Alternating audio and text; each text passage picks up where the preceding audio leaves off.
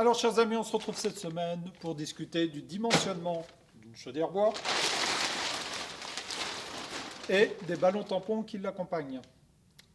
Alors, je sais que c'est un sujet un petit peu technique, qui peut être un peu rébarbatif. C'est sûr que ça serait mieux que je vous parle de nouvel arrivant dans la ferme. Mais le but de la chaîne, c'est non seulement vous divertir, mais de temps en temps vous fournir des informations pratiques et intéressantes. Alors, pour l'installation de cette chaudière, on aura une série de vidéos, dont certaines seront plus théoriques comme celle d'aujourd'hui, et puis d'autres beaucoup plus pratiques, où on verra la mise en place de la machine elle-même. Pour faire la vidéo d'aujourd'hui, je me suis appuyé sur un site qui est assez complet, alors qui est un petit peu touffu, un petit peu brouillon par moment, et dont la présentation est un peu old school, donc c'est un peu rébarbatif au premier abord. Donc ce que j'ai voulu faire avec cette vidéo, c'est retirer l'essentiel des informations pour vous permettre en quelques minutes de comprendre le dimensionnement d'une chaudière et des ballons tampons. Mais si vous voulez aller plus loin sur le sujet, eh bien, allez consulter les sites. Et puis, évidemment, si vous êtes intéressé par l'installation d'une chaudière bois, avec ce qui se passe en termes d'augmentation du coût de l'énergie, c'est une option qui vaut d'être étudiée. Donc si vous êtes intéressé, n'oubliez pas de vous abonner à la chaîne, comme ça vous pourrez suivre toute la série de vidéos qui concernera cette chaudière. Allez, on attaque.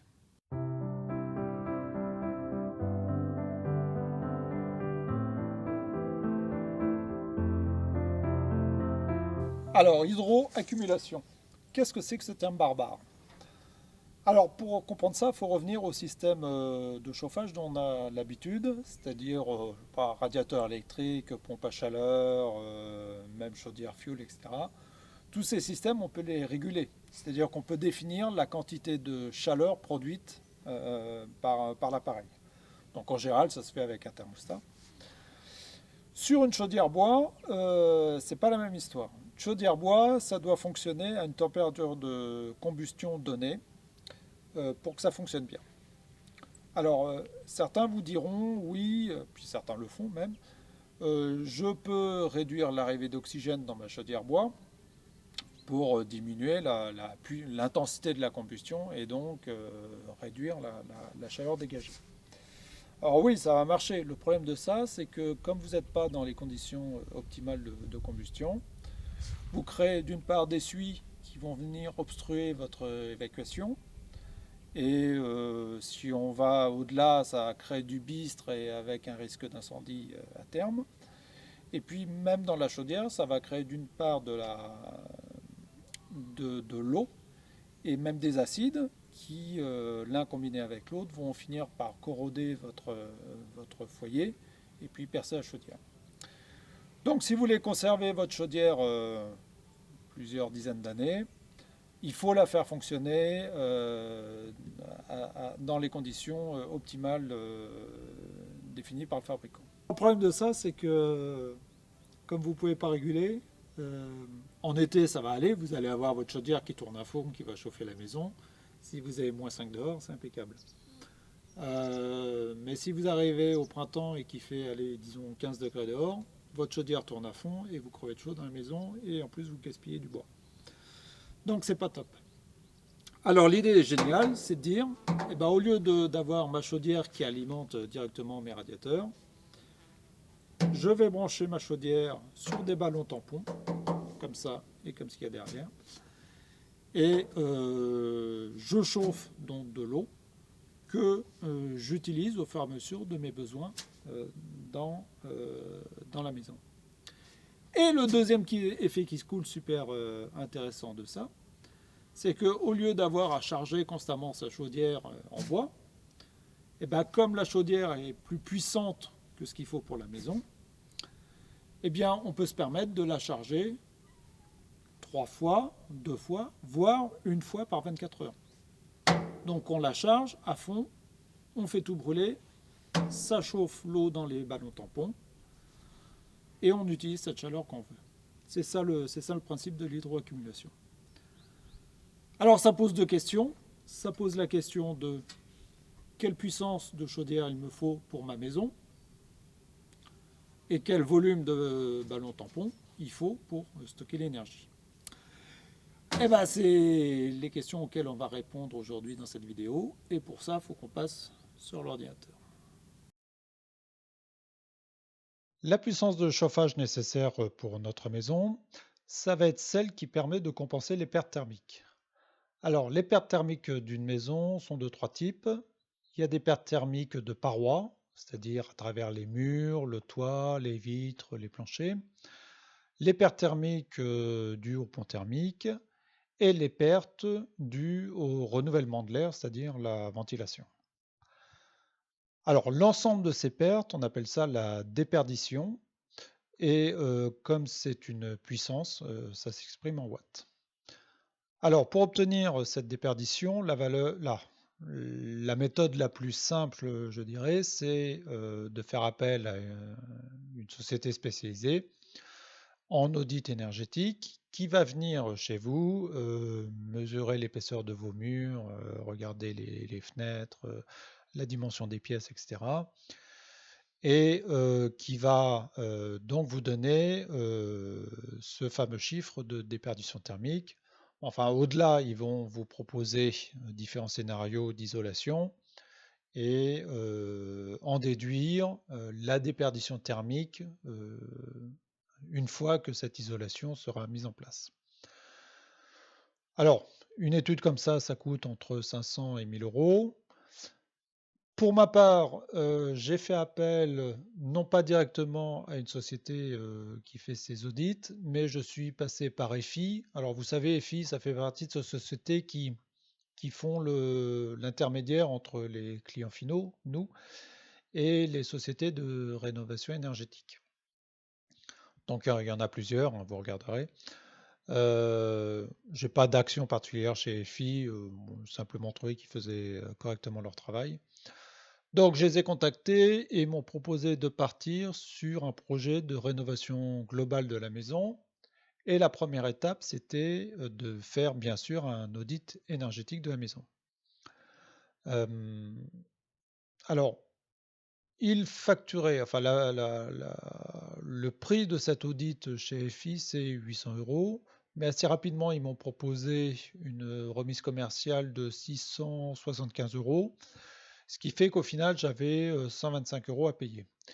Et encore, les 125 euros ont été finalement pris en charge par ma prime rénov.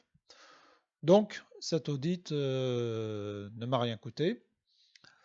Est-ce que j'ai bénéficié d'un traitement de faveur ou pas? Je ne sais pas. À vous si vous êtes intéressé, de les contacter et puis de voir ce qu'ils peuvent vous proposer. Pour ce qui me concerne, à l'issue de l'audit, le cabinet de conseil donc, qui a fait l'étude a proposé 3 scénarios et sur les 2 premiers scénarios, on aboutissait au final, donc une fois l'isolation faite, à une déperdition thermique de 10,34 kW. Alors, je ne considère pas le troisième scénario où là, on atteignait le niveau BBC qui nécessitait des investissements un petit peu trop conséquents à mon goût. Donc, je reste sur les 2 premiers scénarios et cette valeur de 10,34 kW en déperdition thermique. Donc c'est bien cette valeur de la maison une fois isolée que j'utilise pour calculer ma chaudière. C'est un parti pris parce que je considère que je vais faire l'isolation de la maison et que j'ai pas envie d'avoir une chaudière qui permet de chauffer une maison non isolée alors qu'au final elle sera isolée. Voilà, c'est un choix personnel. Après, chacun fait selon son envie. Pour obtenir une valeur de déperdition sans attendre que l'audit énergétique soit fait, ou si vous voulez carrément pas faire d'audit énergétique, il y a une formule qui est bien pratique, qui est celle-ci, qui est que la déperdition, c'est égal au volume de la maison, volume maison, multiplié par le différentiel de température entre l'intérieur et l'extérieur,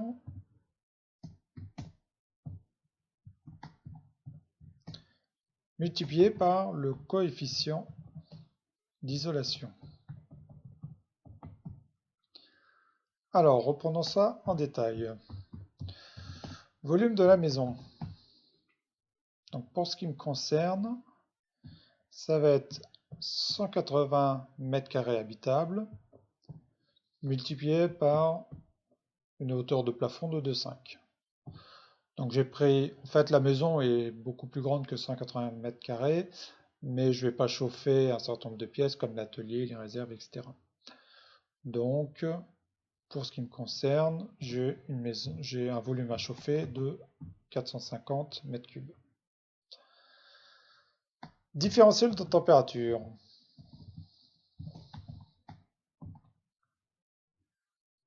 Donc pour la température intérieure, on va prendre ce que recommande le gouvernement, allez, 19 degrés. Et la température extérieure, alors vous prenez la valeur que vous estimez correcte pour un hiver dans votre région, mais vous pouvez aussi, sur le site que je vous ai indiqué au début, trouver des valeurs standards pour chacune des régions de France. Et donc là, on voit que pour le Gers, par exemple, la valeur standard, c'est moins 5 degrés en hiver. Donc c'est ce que je vais utiliser. Donc 19, moins 5, ce qui nous donne 24. Coefficient d'isolation.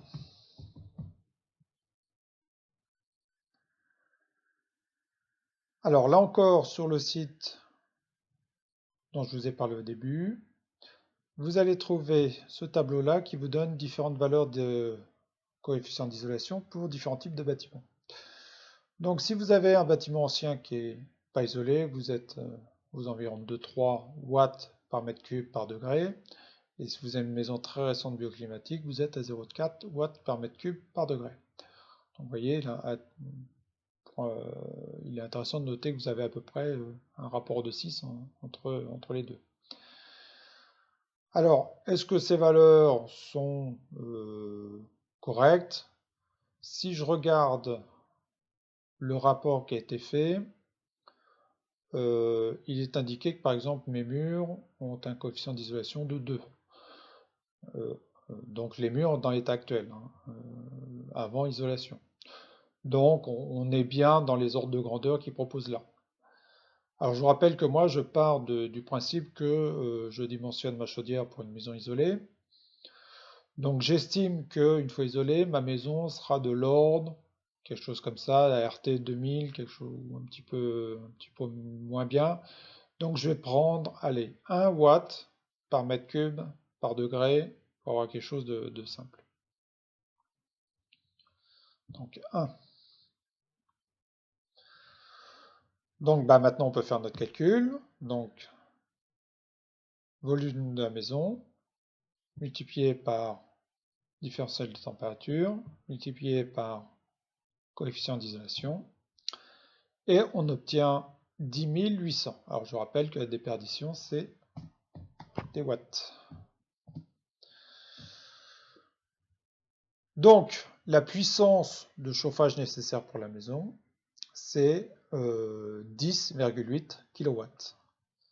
Alors comparons ça avec ce que donne le rapport énergétique et donc les 10,34 kW annoncés ici. Donc vous voyez que c'est pas complètement délirant et qu'on tombe sur une valeur qui est quand même relativement proche. Alors, quelle chaudière choisir pour notre usage? Bon, ça va demander un petit peu de calcul. Ça paraît compliqué comme ça à première vue, mais n'ayez pas peur. On va y aller pas à pas et vous allez voir que c'est pas si compliqué. Allez, on commence par définir quelques grandeurs caractéristiques qui sont le pouvoir calorifique du bois, c'est-à-dire combien d'énergie on retire de la combustion de 1 kg de bois. Donc là, pour un feuillu, on est à 4 kW pour 1 kg de bois brûlé. Ce chiffre est valable pour des bois secs, c'est-à-dire de l'ordre de 20%, 15% d'humidité, pas plus. Évidemment, n'allez pas mettre du bois pas séché dans votre chaudière. Vous allez complètement dégrader le fonctionnement et l'encrasser. Euh, L'essence importe peu, que ce soit du chêne ou du charme ou autre, on va être à peu près sur ces valeurs, hein. Densité de bois, pareil pour des feuillus, on est à peu près à 0,35. Après, ce qui va nous intéresser, c'est la caractéristique de la chaudière qu'on envisage de prendre. Donc, on va avoir besoin de la puissance, du rendement et du volume de chargement. Alors, où va-t-on trouver ça? Bah, si vous êtes sur un site à peu près sérieux, par exemple, on va mentionner deux sites. Le premier, c'est Nidec. Donc ça, c'est un site c'est une société qui est assez connue sur les forums. Il y a de bons retours sur leur sérieux, donc je dirais vous pouvez y aller sans trop d'inquiétude. Deuxième société qui est sûrement un peu moins connue, la compagnie du chauffage. Euh, Moi, c'est celle que j'ai utilisée pour commander, enfin c'est là où j'ai commandé ma chaudière, et en particulier celle-là que vous avez sous les yeux. Euh, j'ai pas eu de problème avec eux. Ils n'ont pas un service client qui est super au top, mais j'ai reçu la chaudière que j'avais commandée sans difficulté particulière. Donc, ça fonctionne. Et donc, pour la suite du calcul, on va utiliser les caractéristiques de cette chaudière. Les deux autres paramètres dont on a besoin, c'est les déperditions. Donc, c'est ce qu'on vient de calculer, hein, c'est l'énergie nécessaire, enfin, la puissance nécessaire pour chauffer notre maison. Et autre élément qui va être déterminant, c'est le nombre de chargements par jour. Donc moi, je l'ai fixé à 2. Typiquement, ça veut dire que par exemple, on charge à 9 heures le soir la chaudière, elle tourne toute la soirée et toute la nuit, et on doit la recharger à 9 heures le matin, donc le lendemain. Pour moi, faire 2 chargements par jour, c'est le maximum. C'est-à-dire que j'ai pas envie de me relever la nuit pour charger la chaudière. Après, chacun fait ses choix. Alors, on va commencer par calculer une première grandeur qui est le volume de la chambre de combustion. Et ce qu'on va faire, c'est qu'une fois qu'on aura obtenu ce volume, on va le comparer au volume euh, qui est fourni par la chaudière et vérifier si c'est bon. Donc cette valeur-là n'intervient pas dans le calcul, elle est juste là à titre de vérification des capacités dont on a besoin. Donc on est parti. Là, on calcule la quantité d'énergie, QE, dont on a besoin sur 24 heures. Donc c'est simple, il suffit de prendre la puissance, 10,34 sur 24 heures, multiplié par 24, et on obtient le nombre de kilowattheures dont on a besoin sur 24 heures pour chauffer notre maison. Donc très simple. Après, on calcule la quantité d'énergie dont on a besoin par chargement. Donc comme on fait 2 chargements par jour, il suffit de diviser cette valeur-là par 2 pour obtenir cette valeur-là. Le problème, c'est que notre chaudière n'est pas parfaite. C'est-à-dire qu'elle ne convertit pas l'intégralité du pouvoir calorifique du bois en échauffement de l'eau. Il y a des pertes, comme dans toutes les machines. Et donc là, quand même, elle marche quand même assez bien puisqu'elle convertit pratiquement 90% de la chaleur du bois en chaleur de l'eau. Mais néanmoins, donc il faut un petit peu plus d'énergie au départ pour compenser ces pertes. Donc au lieu de 124, il faut 139 kWh. Quand on prend cette valeur et que on compare au pouvoir calorifique du bois, on obtient qu'il nous faut eh bien, pratiquement 35 kg de bois par chargement. Et on va utiliser la densité du bois pour convertir cette masse de bois en volume de bois. Et donc, on obtient qu'il faut à chaque chargement mettre 100 litres de bois dans notre chaudière. Alors, est-ce que notre chaudière est capable d'accepter 100 litres de bois? Oui, puisque elle propose un volume de chargement de 140 décimètres cubes, c'est-à-dire 140 litres. Donc là, on est tout bon, en tout cas, enfin, on est bon pour cette valeur et ici, la chaudière convient. Maintenant, on s'intéresse au volume de ballon tampon dont on a besoin.